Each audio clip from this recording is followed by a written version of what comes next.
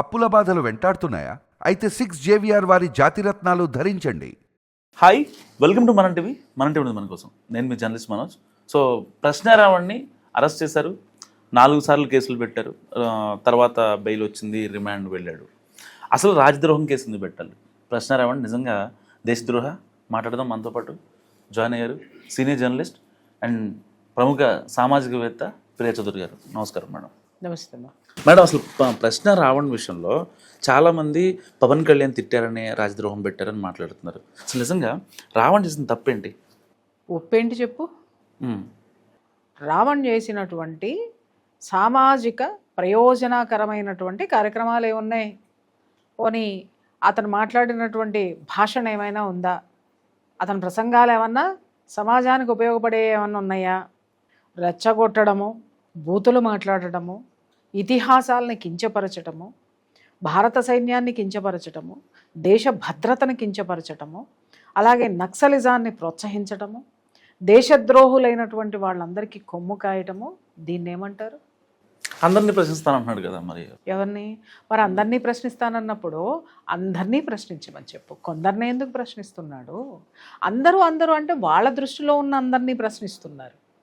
వాళ్ళకి వ్యతిరేకమైనటువంటి మతాన్ని, వాళ్ళకి వ్యతిరేకమైనటువంటి దేశాన్ని, వాళ్ళకి వ్యతిరేకమైనటువంటి మనుషుల్ని, వ్యక్తుల్ని ప్రశ్నిస్తున్నారు తప్ప వాళ్ళు అందరినీ ఎక్కడ ప్రశ్నిస్తున్నారు? వారందరినీ ప్రశ్నిస్తున్నారు తప్ప. ఇప్పుడు రాజ్యాంగం ప్రకారం ఒక నడుస్తుంది మేడం. ఈ దళిత క్రైస్తవులు అనేది వాళ్ళు శంకారావం పెట్టుకున్నారు కదా. అసలు రాజ్యాంగం ప్రకారం దళిత క్రైస్తవులు అనే పదం ఉందా? పదం లేదండి. అంబేద్కర్ గారే చెప్పారు కదా, దళితుడు అంటే సనాతన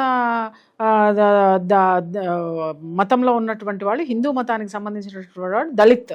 దళిత్ అనే పేరు ఎక్కడ ఉందండి? దళిత్ అనే పేరు మనది, భారతదేశానిది, సంస్కృత పదం అది. దళిత్ పేరు, దళిత్ అనేటటువంటిది మనకి సంబంధించినటువంటి భాష, మనకి సంబంధించినటువంటి వ్యవహారం అది.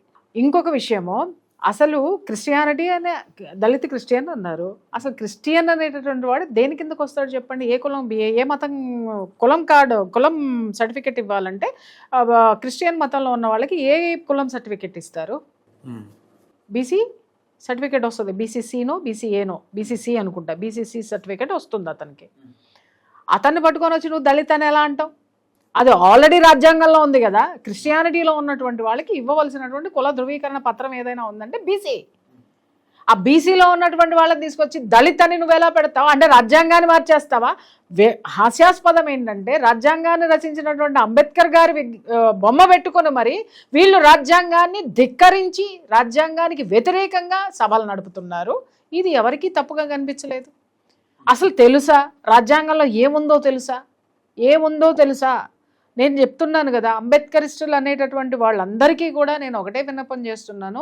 డాక్టర్ బిఆర్ అంబేద్కర్ ఏ మతానికి సంబంధించినటువంటి వ్యక్తి? కుల్లా మాట్లాడదాం ఈరోజు. తర్వాత మీరు ఇందాక అడిగారు ఏమని అంటే, పవన్ కళ్యాణ్ని తిట్టాడు కాబట్టి రాజద్రోహం అన్నాడు. ఎవడరా చెప్పింది? ఎవడు చెప్పాడు పవన్ కళ్యాణ్ని తిట్టినందుకు రాజద్రోహం అని చెప్పి? పవన్ కళ్యాణ్ని తిట్టినటువంటి కేసులన్నీ ఉన్నటువంటి పోలీస్ స్టేషన్లో బెయిల్ వచ్చింది అతనికి.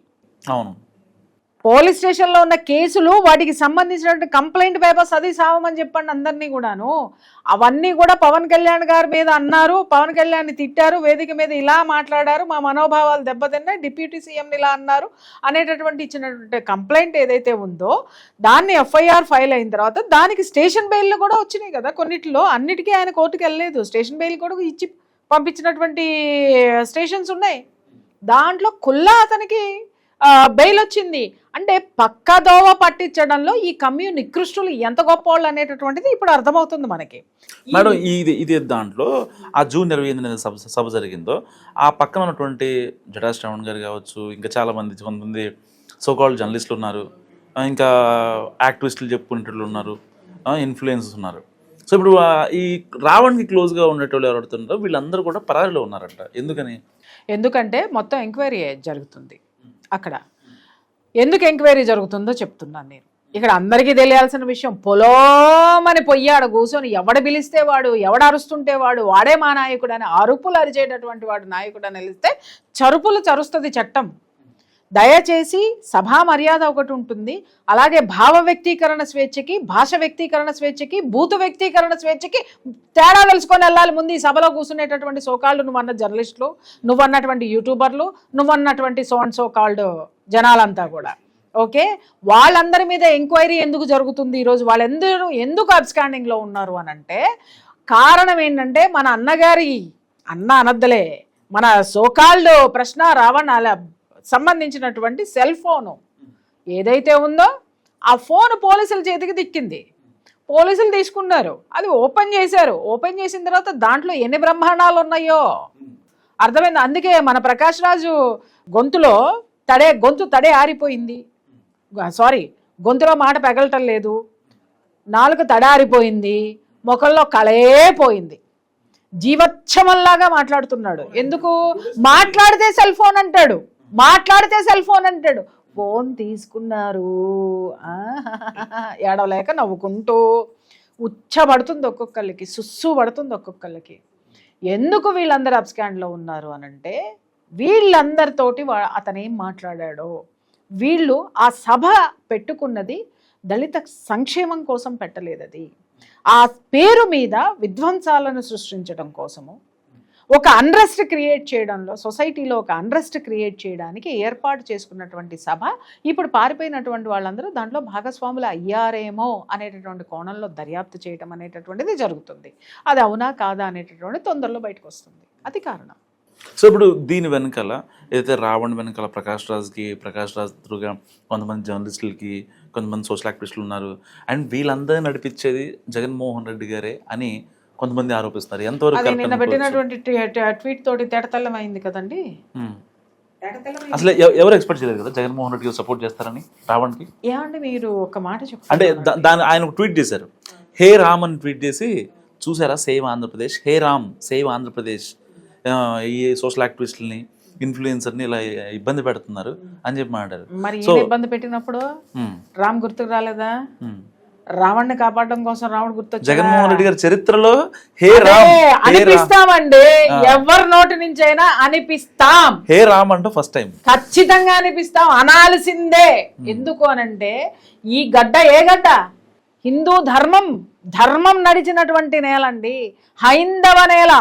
ఇక్కడ పుట్టినటువంటి ఆ ధర్మ నిష్ఠాపరిష్ఠుడైనటువంటి ఆ రాముణ్ణి తలుచుకోకపోతే నేను చెప్తున్నాను పొట్టగతులు ఉండవు. ఖచ్చితంగా రాముడు గుర్తు చేస్తాడు అందరికీ కూడాను, అర్థమైందా? కాబట్టి ఎవరెవరు ఎవరిని తలుచుకుంటున్నారో ఆ తలుచుకోవడం వెనకున్నటువంటి ఆ యొక్క ఇది ఏంటో జనాలందరూ ఈరోజు గమనిస్తున్నారు.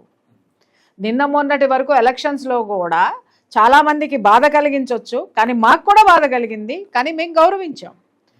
ఎలక్షన్స్లో కూడా నల్లట్ట పుస్తకం సంకలో పెట్టుకొని మరీ ప్రచారం చేసి గెలిచిన తరువాత హిందువులకి మీరు చేసినటువంటి ఇది ఏంటో ప్రపంచం మొత్తం చూసింది. ఇవాళ ఎన్ని సీట్లు మీ చేతిలో పెట్టారో చూసింది, రైట్? అలాగే అక్కడ నుంచి మొదలు పెడితే హే రామ్ సీన్ కట్ చేస్తే ఎస్ ఎందుకు వచ్చింది? ధర్మాన్ని గుర్తు చేస్తాడబ్బా రాముడు. ఏం చేస్తారు మీ ఖాళీ టైంలో? మీ స్ట్రెస్ బస్టర్ అని చెప్పి జగన్మోహన్ రెడ్డి గారిని టీవీ నేను రజనీకాంత్ గారు ప్రశ్న అడిగితే, ఏముంది రజనీ, నేను ప్రేయర్ చేస్తా అంతే, ప్రేయర్ చేసుకుంటాను. మరి ఇప్పుడు అదే చేయాల్సింది కదా, అదే ప్రేయర్ చేసే అతను ఇప్పుడు హే రామ్ అంటే రాముడు మాత్రమే, అంటే రామ సైన్యం చుట్టుముట్టింది అనేటటువంటిది అర్థమైంది. ఆ సైన్యాన్ని నడిపేటటువంటి వాడు రాముడు అనేది అర్థమయ్యింది. రాముడు తప్ప ఎవరు కాపాడలేరు, కానీ రాముడు రావణుణ్ణి కాపాడలేదు, అర్థం చేసుకోవాలి. అంతేనా? లేకపోతే హే రామ్ అని పెట్టకపోతే కనుక ఇది హిందూ ఓటర్లు దూరం అవుతారనే నేను ఇందాకటి నుంచి మాట్లాడుతున్నటువంటి నిగూఢమైనటువంటి అర్థం అదే కదా, అనిపిస్తామన్నాను, అంతేగాని అన్నాడు అనలా. హిందువులందరూ కలిసి అనిపిస్తారు. నిన్నగాక మొన్న అంతంతా ఎందుకు మనోజ్, నిన్నగాక మొన్నటి వరకు కూడా మేము అర్బన్ నక్సల్స్మి, మేము మేము మేము అని గుంజుకొని మాట్లాడిన వాళ్ళందరూ కూడా నిన్నగాక మొన్నటి నుంచి ఒకటి కొత్తది మొదలు పెట్టారు. మేము హిందువులమే, మేము గుళ్ళకి వెళ్తాం, మేము గోపురాలకు వెళ్తాం, మేము మొక్కులు మొక్కుతాం, మేము పూజలు చేస్తాం అని మొత్తుకోవాల్సినటువంటి పరిస్థితిని తెచ్చాం. తెస్తాం, So, ఇంకా తెస్తాం. ఈ కేసులో తెస్తామంటే మేము కాదు, హిందువులు వాళ్ళ సత్తా ఏంటో చూపించారు, చూపిస్తున్నారు. ఇక ముందు ఇంకా అర్థమయ్యేటట్టు, బాగా అర్థమయ్యేటట్టు చూపిస్తారు. సో ఫర్దర్గా అంటే చాలామంది కూటమి నాయకులు మాట్లాడుతుంది ఏంటంటే రావణ్ విషయంలో సినిమా అసలు ఇప్పుడే స్టార్ట్ అయింది, ఇప్పటిదాకా జస్ట్ అదొక గ్లిమ్స్ ప్రోమో మాత్రమే ప్రశ్న రావణ్కి. అంటే ఇంకేం చేస్తున్నారు ప్రశ్న రావణ్ని? ఆల్మోస్ట్ అంటే మూలిగే రావణ్ ఏమి చేస్తారు అనేది చట్టం చూసుకుంటుంది. అంటే ఏం అవకాశం ఉంది ఇంకా ఆయన చుట్టూ? అది ఒక్క విషయం అండి. ఒక వ్యక్తి ఎప్పుడైనా సరే రాజ్యాంగం యొక్క చట్ట పరిధిలోకి వెళ్ళిపోయిన తర్వాత వాటి గురించి మనకు మాట్లాడేటటువంటి హక్కు లేదు. ఎందుకు అనంటే అది న్యాయస్థానంలో న్యాయమూర్తులు చూసుకుంటారు. జడాశ్రవణ్ గారు బయటకు వచ్చి లేదు ఆయన మీద రాజద్రోహం పెట్టిన దానికి రీజన్ ఏంటంటే ఆయన హ్యాంగ్ చేద్దాం అనుకుంటున్నారు, ఇట్లా లైఫ్ వేద్దాం అనుకుంటున్నారు అని మాట్లాడుతున్నారు. అంటే బయట ఉన్నటువంటి వాళ్ళు అరే దళిత మహాసభ పెట్టి ఏమి రెచ్చగొట్టాడో ఏమైందో అతగాడికి తెలుసు. లోపల అతనిలో విపరీతమైన భయం ఉంది. ఆ భయంతో అతను ఏం చేస్తున్నాడో ఏం మాట్లాడుతున్నాడో విచక్షణ కోల్పోయి అతనికి అర్థం కానటువంటి విషయము. చాలామంది మాట్లాడుతున్నారు ఏంటంటే రావణ్ ఎవడికి భయపడడు అనేసి. భయపడుతున్నాడని నువ్వు వెళ్ళి జైల్లో చూసొచ్చావా? పోయి చూసిరా దమ్ముందా మీకు? ఎందుకు మాట్లాడుతున్నారు? ఇది అంత అనవసరం మనోజ్. నేను సింపుల్ థింగ్ నేను ఒకటే చెప్తున్నాను. ఇవాళ ఇప్పుడిప్పుడే హిందువు కళ్ళు తెరుస్తున్నాడు. తన ఉనికిని తన అస్తిత్వాన్ని నిలబెట్టుకుంటానికి పోరాటం చేస్తున్నాడు, ఇక ముందు కూడా చేస్తాడు. కానీ ఆ చేసేటటువంటి పోరాటంలో తను నిలదొక్కున్నాడు. దాన్ని సహించలేనటువంటి వాళ్ళు, దాన్ని తట్టుకోలేనటువంటి వాళ్ళు ఈ విధమైనటువంటి అలజడులు సమాజంలో క్రియేట్ చేసి కొంతమంది ఉనికే లేకుండా చేసేశారు. కొంతమంది ఉనికి లేదు, గన్నులు చూపించి తర్వాత పెన్నులు పెట్టి గన్నులతో సమాజాన్ని ఎంత ఆడుకున్నారనేది ప్రపంచానికి మొత్తానికి తెలుసు. ఇప్పుడు ఏమైంది? ఆ పెన్నుల ప్లేస్లో అసలు సిసలైనటువంటి సిరా వచ్చింది, కలం వచ్చింది, కలం రాస్తుంది. అర్థమైందా? అసలు వాస్తవాలు ఏంటనేది జనాలకు అర్థమవుతున్నాయి. వాళ్ళ పెన్ డౌన్ జరిగిపోయింది, గన్ డౌను జరిగిపోయింది. ఏం చేయాలో అర్థం కాక ఈ విధంగా జనాల్లోకి వచ్చి ఇంకా కులాలు మతాలు వీటిల్ని రెచ్చగొట్టి ఇంకేదో చేసేటటువంటి ప్రయత్నంలో ఉన్నారు.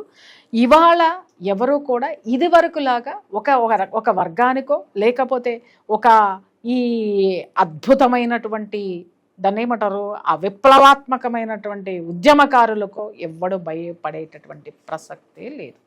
ఒకప్పుడు ప్రభుత్వాలు భయపడని దానికి జనం సిగ్గుపడ్డారు, ఆ తర్వాత జనం మేల్కొన్నారు. ఇప్పుడు జనానికి ప్రభుత్వాలు భయపడుతున్నాయి. ఏ జనానికి భయపడుతున్నాయి? ఏ రామ్ అనే స్థితికి తీసుకొచ్చినటువంటి ఆ జనాలకి ప్రభుత్వాలు భయపడుతున్నాయి. వ్యవస్థ కూడా చాలా జాగ్రత్తగా పనిచేస్తుంది. Thank you madam. సో ఇది ప్రియా చౌదరి గారి అనాలిసిస్. మరి మీరేమనుకుంటున్నారు? నిజంగా ప్రశ్న రావణ్ దేశద్రోహ లేదా కాదా? మస్తు కామెంట్ చేయండి. చూస్తూనే ఉండి మన టీవీ.